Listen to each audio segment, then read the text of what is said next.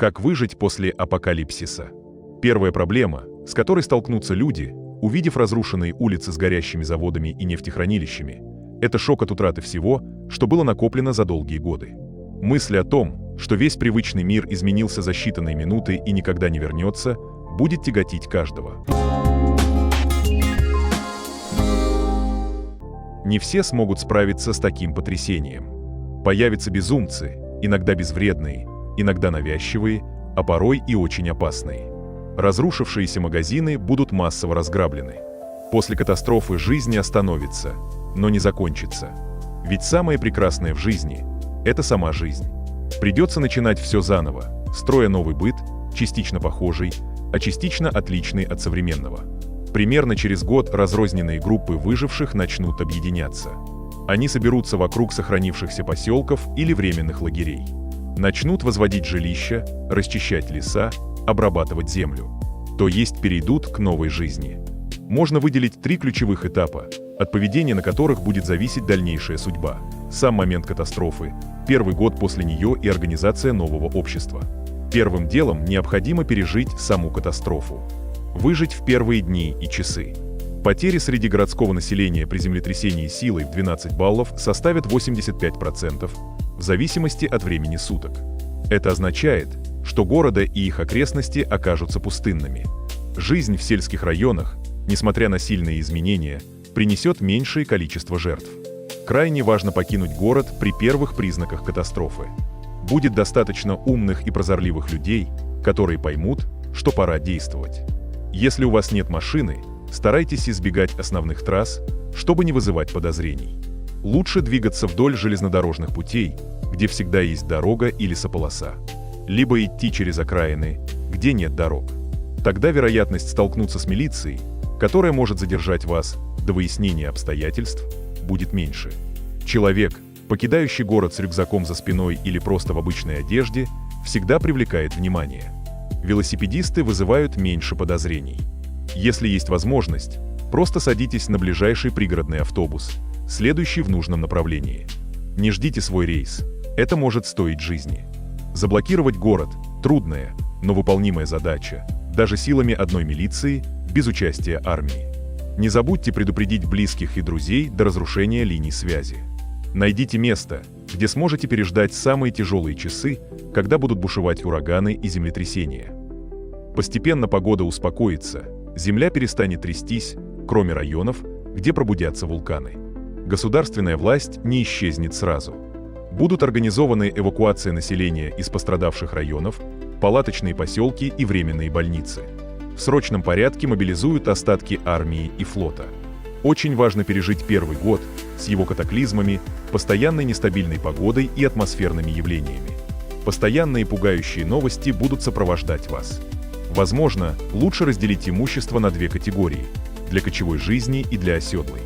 Однако помните, что все необходимое для кочевого образа жизни пригодится и в оседлом. Теперь сделаем небольшое отступление. Скорее всего, вам придется покидать город в спешке, буквально в костюме и туфлях или в спецодежде и ботинках.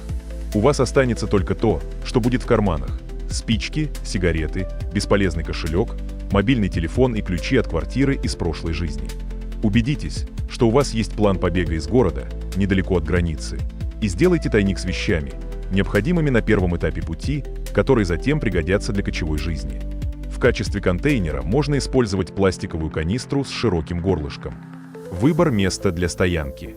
Чтобы выбрать подходящее место для стоянки, следует соблюдать несколько простых правил. Избегайте остановок в низинах между холмами, где обычно сыро и темно.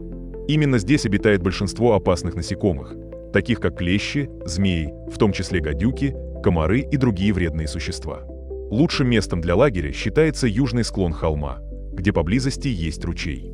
Однако не ставьте лагерь слишком близко к водоемам, чтобы избежать сырости и холода ночью. Березовые леса также нежелательны для стоянки. Несмотря на то, что береза дает хорошие дрова. Эти леса считаются нездоровыми. Место для туалета должно быть выбрано ниже по склону и подальше от источника питьевой воды. Оптимальное расстояние от жилья до туалета составляет 25 метров. Соблюдение этого правила поможет избежать болезней и неприятных запахов. Организация лагеря. На установку лагеря, даже самого простого, потребуется примерно 2 часа. Если же вы перемещаетесь из одного пункта в другой, строить долгосрочный лагерь нецелесообразно. Достаточно собрать хворост для костра, набрать воды из ручья, установить палатку и приготовить пищу.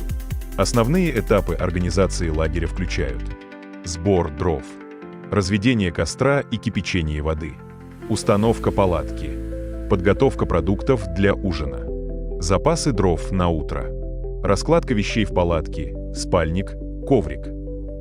Ужин, отдых и сон. Ужин должен быть плотным, поскольку плотно завтракавший или обедавший человек будет чувствовать тяжесть и усталость во время ходьбы. Одежда и уход за собой. Воротник одежды играет важную роль в сохранении тепла. Свитер с высоким горлом обеспечит комфорт. Если такого нет, используйте шарф или даже полотенце. Не спите в обуви, даже если на улице холодно. Завязанные шнурки нарушают кровообращение, и ноги могут замерзнуть еще больше. Ночью рекомендуется ослаблять ремень, ширинку и верхнюю пуговицу рубашки для лучшего отдыха. Опасность потения выше, чем опасность замерзнуть. Пот может привести к воспалению легких. Если вы вспотели, снимите всю одежду, включая белье, дайте ей остыть, затем слегка прогрейте ее возле костра с сушковымораживанием. Если огня нет, вытряхните одежду. Свитер на ночь можно вывернуть наизнанку, чтобы выпустить накопившийся за день пот. Если вам холодно, а вы находитесь в одиночной экспедиции, попробуйте использовать теплую воду в бутылке или нагретые камни, завернутые в ткань, чтобы согреваться. Рукавицы и перчатки. Используйте принцип «матрешка». Наденьте тонкие перчатки под более теплые варежки. Это позволит сохранить тепло и удобство. Чтобы не потерять варежки, прикрепите их к рукаву куртки с помощью петли и пуговицы, либо используйте резинки, как в детстве. Привалы и отдых. Каждые 3 дня делайте дневной привал для отдыха, ремонта снаряжения и стирки. Это поможет поддерживать порядок и сохранять силы. Опасные животные. Волки чаще всего держатся стаей и становятся наиболее агрессивными весной, в период гона. Их отпугивает вид оружия и запах оружейного масла, однако снятая со спины винтовка сама по себе их не испугает. Медведи в сытой форме относительно спокойны, но опасны, если они просыпаются зимой, шатун или защищают потомство. Встреча с таким животным требует немедленного применения оружия. Рыси – ночные хищники, охотящиеся на мелких животных, но способные напасть и на крупную добычу. Человеку они редко угрожают, но в условиях голода могут атаковать. Обнаружив признаки присутствия рыси, ободранные стволы деревьев, немедленно покиньте этот район. Лоси – травоядные, но могут представлять серьезную угрозу, особенно на открытых пространствах. Они способны нанести смертельные травмы своим весом. Кабаны – можно спастись от них, забравшись на дерево, так как они не умеют лазать. Росомахи – опасные и настойчивые хищники, которые могут долго преследовать свою жертву. Лисы передают бешенство и оставляют глубокие раны своими укусами. Диких зайцев нельзя брать голыми руками. Их мощные задние лапы могут нанести серьезные повреждения. Хищники обладают длинными и острыми когтями, поэтому будьте осторожны при столкновениях с ними. Звериные тропы. Не используйте их, чтобы случайно не встретить хозяев этих мест. Летними лагерями не разбивайте вблизи кустарников с ягодами, привлекающих диких животных. Кочевая жизнь и организация стойбища. Если вы ведете кочевую жизнь, полезно организовать несколько посещаемых стойбищ, куда можно периодически возвращаться. Это экономит время и усилия. Зимовка в палатке сложна, поэтому предпочтительнее обустроить землянку в отдаленном районе. Жизненные ресурсы, например, дичь, могут иссякнуть в одном месте, и тогда можно переместиться в другое. Питание и безопасность. Не пренебрегайте подножным кормом, таким как дикий щавель, чеснок и грибы. Однако никогда не употребляйте неизвестные ягоды и грибы. В лесу некому будет оказать помощь при отравлении. Долговременное существование в одиночестве возможно лишь для людей с определенным складом характера. Путешествие вдвоем значительно упрощает задачу. Ориентирование на местности. Существуют 2 сложные для ориентирования территории: степи, где отсутствуют ориентиры, и горы, где их слишком много. Карта масштаба 1 см равно 2 км, двухверстка. Удобна для ориентирования в пересеченной местности. Она содержит основные природные и искусственные ориентиры. Советские карты были засекреченными, Но сейчас можно приобрести или найти в интернете достаточно детализированные планы местности. Компас временно станет бесполезен из-за изменения магнитных полюсов, но после стабилизации новых направлений севера и юга он снова пригодится. Лучше запоминать ключевые ориентиры заранее. Будущее и обеспечение безопасности. Пожилым людям не надо рассчитывать на пенсию или дом престарелых. Важно присоединиться к крупной общине как можно раньше, чтобы обеспечить свое будущее. Лес для горожан. Когда впервые попадаешь в лес, ощущаешь странную, почти угнетающую тишину, которая поначалу вызывает напряжение. Постепенно слух адаптируется, и начинают различаться множество звуков: шуршание травы под ногами ежика, шелест крыльев стрекоз. Примерно через сутки-полтора обостряются обонятельные ощущения, словно хронический насморк исчезает.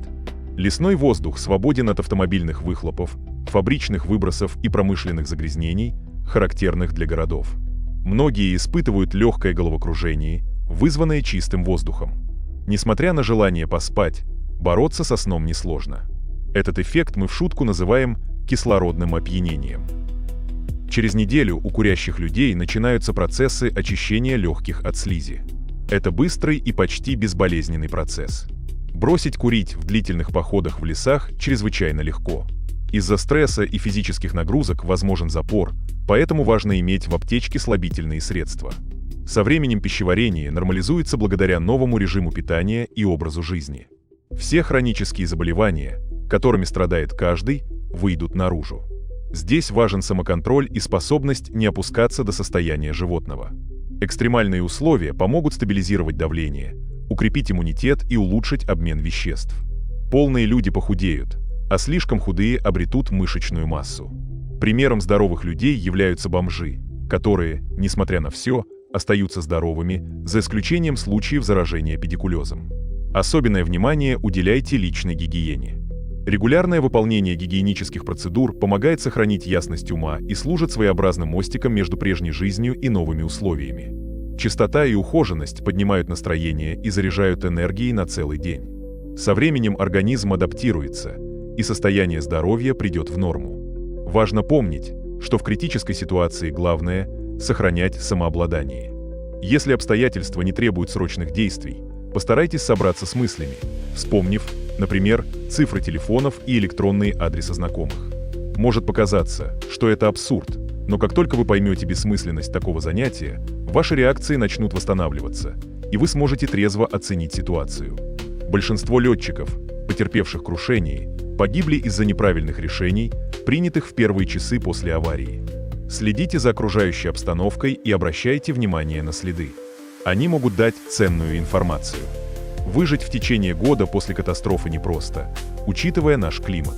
Отсидеться в палатке на запасах продовольствия не удастся. Природные условия вряд ли станут благоприятнее, поэтому придется создать долгосрочную базу. Самый надежный вариант – обзавестись домом в сельской местности. Заброшенные деревни с дешевым жильем и землей могут стать отличным выбором. Оседлая жизнь. Для проживания вне общества потребуется восстановление жесткого патриархального уклада. Важно помнить, что тот, кто причиняет вред соседу, автоматически становится врагом всей общины. Это потребует значительной перестройки сознания и отказа от привычных законов и норм. Необходимо заранее договориться о месте эвакуации и продумать маршруты, минуя крупные железнодорожные станции и официальные пункты сбора беженцев. Ориентирами могут служить железные дороги, что облегчит передвижение. Учитывая суровый климат, лучшим вариантом жилья будут деревянные срубы. 2 человека с бензопилой смогут построить баню за 1-2 дня. Группа из нескольких человек сможет возвести простой дом с 2 комнатами и сенями за неделю. Главное – правильно распределить обязанности, чтобы все работали вместе. Коммуна из 5 семей способна построить деревню на 5 дворов с хозяйственными постройками за месяц, если все будут работать сообща. Дерево для строительства подойдет любое, кроме березы, так как оно гниет за 2-3 года. Нижние венцы желательно делать из лиственницы, хоть это и сложнее из-за тяжести древесины. Лиственничный дом прослужит веками, если фундамент сохранится. Чаще используют высушенную сосну, но придется мириться с тяжелыми бревнами и выделяющейся смолой. Смолу можно собирать и перерабатывать в канифоль, полезную для пайки. Отопление и приготовление пищи будут осуществляться с помощью печи. Простой камин с КПД 14% построить несложно, но эффективная печь с КПД 30% требует мастерства. Печные комплекты из строительных магазинов, включающие чугунную плиту, зольник и дверцы, окажутся полезными. Перед дверцей печи или камина обязательно разместите металлическую плиту шириной не менее 50 см, чтобы предотвратить возможный пожар. Русская печь хороша, но плохо удерживает тепло. Более подходящим вариантом будет голландка с массивной чугунной плоской железкой, которая дольше сохраняет тепло. Дополнительно можно обмазать внутреннюю поверхность чугуна глиной, чтобы замедлить его прогорание. Также можно оборудовать печь баком для воды, создавая систему парового отопления и обеспечивая наличие горячей воды. Важно контролировать уровень воды в баке и выводить пар наружу, чтобы избежать повышенной влажности в доме. Крышу можно покрыть рубероидом, шифером, профнастилом или досками. Соломенная крыша легко воспламеняется, поэтому необходимо предусмотреть защиту от искр, используя пламегасители, такие как чугунный колпак на трубе. Это проверенный временем способ защиты от пожара. Жизнь в общине будет сосредоточена вокруг небольшого круга людей и событий. Походное снаряжение. Нож. Нож в походе значительно облегчает жизнь. Конечно, можно попытаться сделать его из подручных средств, но если вы не мастер по металлу, то такое изделие будет далеко от идеала. Хорошим выбором станет большой нож-тесак. Топор. Можно взять небольшой туристический топорик. Пила. Лучше всего подойдет обычная пила с одной ручкой. Садовая короткая пила в походе окажется бесполезной. Альтернативой может стать туристическая пила в виде гибкого троса с зубьями, которую удобно носить в кармане. Напильник. Трехгранный напильник пригодится для заточки инструментов. Точильный брусок. Используется для заточки ножей и топоров. Рюкзак. Сейчас существует огромный ассортимент рюкзаков, включая модели с солнечными батареями для зарядки мобильных устройств. Однако нам нужен простой, надежный и недорогой вариант. Наиболее удобные альпинистские рюкзаки, а самыми распространенными являются велосипедные. Последние имеют смещенный вниз центр тяжести и широкий пояс, что снижает нагрузку на плечи. Ремень рюкзака должен иметь функцию самосброса, легкую застежку, которая может спасти вашу жизнь в экстренной ситуации. Избегайте слишком высоких и узких рюкзаков, бананов, так как большую часть времени они будут полупустыми и мешать при ходьбе. Я предпочитаю квадратные рюкзаки с полужестким дном. Рюкзаки с жестким каркасом подходят индивидуально, но их настройка может занять много времени. Обратите внимание на наличие множества карманов и внешних креплений для крепления топора, пенки, палатки и других предметов. Проверяйте, чтобы груз не касался нижней спинной части, иначе возможны болезненные мозоли. Старые советские рюкзаки компактные и дешевы, но имеют ограниченное применение. В крайнем случае подойдут сумки с наплечным ремнем или армейский сидор. Полностью собранный рюкзак без еды и воды должен весить около 5-7 килограммов. Нож, флягу, аптечку, компас и карту лучше держать в карманах одежды. Пенополиуретановый коврик, пенка. Этот аксессуар можно найти в любом туристическом магазине. Он защитит вас от переохлаждения при сне на земле. Альтернатива – использование лапника, но это займет больше времени и будет менее комфортно. Еще одна полезная вещь – хаба. Кусок полиуретана с резиновым кольцом, позволяющий сидеть на холодной поверхности без риска заболеть. Спальник. Лучше выбрать современный синтетический спальник вместо тяжелого и непрактичного ватного варианта. Вес такого спальника составит всего 300-500 граммов, а объем примерно как у полулитровой бутылки. Рекомендуется выбирать модель «Конверт» с возможностью соединения двух спальников в один большой. Перед использованием спальник надо проветрить. Палатка. Одноместная палатка вполне вместит 2 человек, оставив место для рюкзака. Если палатки нет, возьмите с собой пакеты для мусора объемом 250 литров. Они выдержат несколько ночей. Полиэтиленовая накидка и большой кусок полиэтилена также полезны. Ими можно накрывать рюкзак и сооружать навес. Дополнительные предметы. Возьмите с собой полотенце, носовые платки, несколько пар носков, тонких и толстых, а также портянки, которые можно сделать из мягкой ткани размером 40 на 60 см. Рыбаки оценят комплект блесен, лески, сети и крючков. Небольшие пакетики помогут защитить ноги от влаги. Возьмите сублимированные продукты, которые легкие и быстро готовятся. Консервированное мясо тоже полезно, но тяжелее и менее практичное. Котелки и кружки должны быть из нержавеющей стали, а не алюминия. Полезными мелочами станут моток веревки длиной 30 метров, фляга из нержавеющей стали или пластика, гибкая канистра на 3 литра, фильтр для воды, сухой спирт, газовые зажигалки, но не бензиновые, и опасная бритва. Бритву можно заменить топором. Возьмите маленькое зеркало, ножницы, иглы, нитки, пуговицы и лоскуты ткани. Бинокль или подзорная труба также могут оказаться полезными. Радиоприемник поможет оставаться в курсе новостей и сообщений правительства. Оружие. В условиях хаоса и полной анархии первых дней оружие может стать жизненно необходимым. Оно поможет избежать критических ситуаций и окажет значительную моральную поддержку. Те, кто служил в армии, поймут, остальным придется поверить на слово.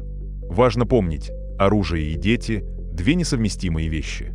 Соблюдайте все меры предосторожности при обращении с оружием. Положить в тайник винтовку или автомат будет сложно, поэтому лучше выбрать ручное короткоствольное оружие, например, пистолет или револьвер. Револьвер предпочтительнее, так как он более надежен. Не забудьте про патроны. Если у вас нет возможности приобрести огнестрельное оружие, можно использовать рогатку с запасом стальных шариков от подшипников или гаек. Шарики летят практически бесшумно, в то время как гайки издают звук в полете. Аптечка.